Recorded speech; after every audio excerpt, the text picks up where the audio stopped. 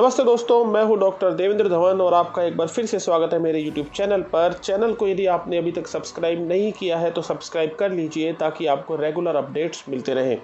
जैसा कि आपको एक इमेज दिख रही है, एक हेलीकॉप्टर से नोट गिराए जा रहे हैं। क्या वास्तव में ऐसा हो सकता है? क्या वास्तव में हमको नोट के बंडल ऊपर से मिल सकते हैं, जैसा कि कई बार हम मूवीज़ वगैरह में देखते हैं?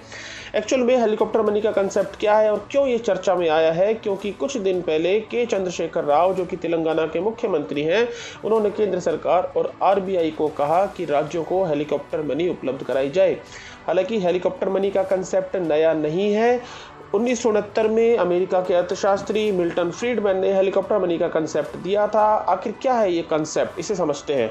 हेलीकॉप्टर मनी के कंसेप्ट के अंतर्गत किसी देश का केंद्रीय बैंक अत्यधिक मात्रा में नए नोट छापकर अपनी केंद्र सरकार को देता है और केंद्र सरकार उस राशि को स्वयं अथवा राज्य सरकारों के माध्यम से जरूरतमंद लोगों को लक्षित कर उन तक वह धन पहुंचाती है। खास बात यह होती है कि लोगों को मिलने वाली धनराशि को उन्हें वापस नहीं चुकाना होता, क्योंकि यह धनराशि सरकार ने उन्हें खपत करने के लिए दी है ताकि इसके द्वारा वह अपनी आवश्यकताओं की चीज़ों को खरीदें, खर्च करें, जिससे मांग बढ़ेगी और मांग बढ़ेगी तो इससे उद्योग धंधों को बढ़ावा मिलेगा और उद्योग धंधों को बढ़ावा मिलने से कहीं ना कहीं वे रोजगार का सृजन करने में सक्षम होंगे और देश की आर्थिक गतिविधियों को बढ़ावा मिलेगा। कोरोना के इस संकट काल में विश्व भर में हेलीकॉप्टर मनी की चर्चा हो रही है, लेकिन इससे पहले हेलीकॉप्टर मनी के कंसेप्ट पर ज़्यादा ध्यान नहीं दिया गया, जबकि परंपरागत तरीकों को अपनाया गया जो सामान्य पूंजीवादी देशों में प्रचलित प्रणाली है। इसके अंतर्गत उद्योग धंधों को, उद्योगपतियों को भारी मात्रा में धनराशि कम ब्याज दरों पर उपलब्ध कराई जाती है, जिससे वह उद्योग धंधों में निवेश करते हैं, उद्योगों का विस्तार करते हैं। इसके कारण से रोजगार का सृजन होता है और रोजगार सृजन से धनराशि गरीब वर्ग तक पहुंच पाती है। लेकिन इस कंसेप्ट में होता यह है कि जो अमीर लोग हैं, जो उद्योगपति हैं, वह अमीर से अमीर होते जाते हैं, जबकि तुलनात्मक रूप से जो गरीब व्यक्ति हैं या उद्योगों पर निर्भर जो व्यक्ति हैं, उनकी आय में अधिक वृद्धि नहीं होती। इससे अमीरों और गरीबों का अंतर लगातार बढ़ता जाता है। 2008 के बाद जो मंदी आई थी, उसमें विश्व भर की सरकारों ने उद्योगों को बढ़ावा देने के लिए उन्हें सस्ती पूंजी उपलब्ध कराने की नीति अपनाई थी। लेकिन इसके परिणाम से हुआ यह है कि अमीर और गरीब के बीच के अंतर अधिक बढ़ा ही है और गरीबों की वास्तविक आय में कोई वृद्धि हुई नहीं है। कोरोना के संकट काल में भारत में उद्योग धंधों की गतिविधियां ठप हो गई हैं और करोड़ों लोगों का रोजगार चला गया है और आय विहीनता की स्थिति उत्पन्न हो गई है।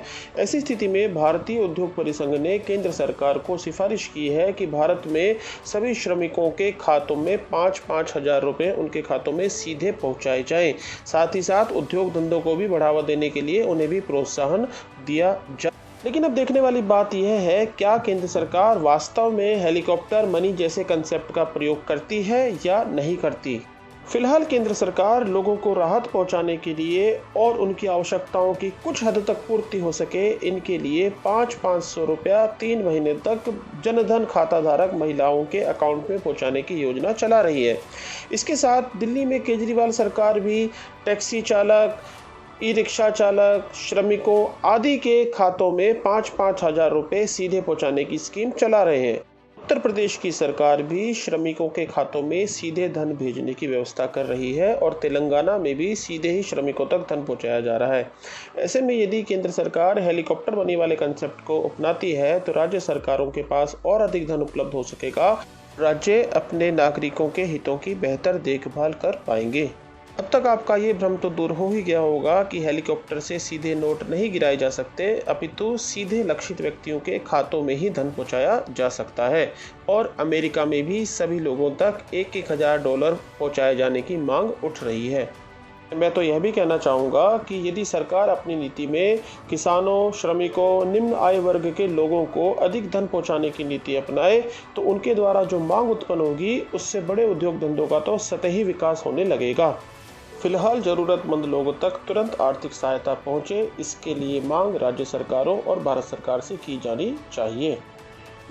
दोस्तों, वीडियो को जरूर लाइक कीजिए और चैनल को सब्सक्राइब कीजिए और फिर हम मिलते हैं वापस किसी नई इन्फॉर्मेशन के साथ। Thank you.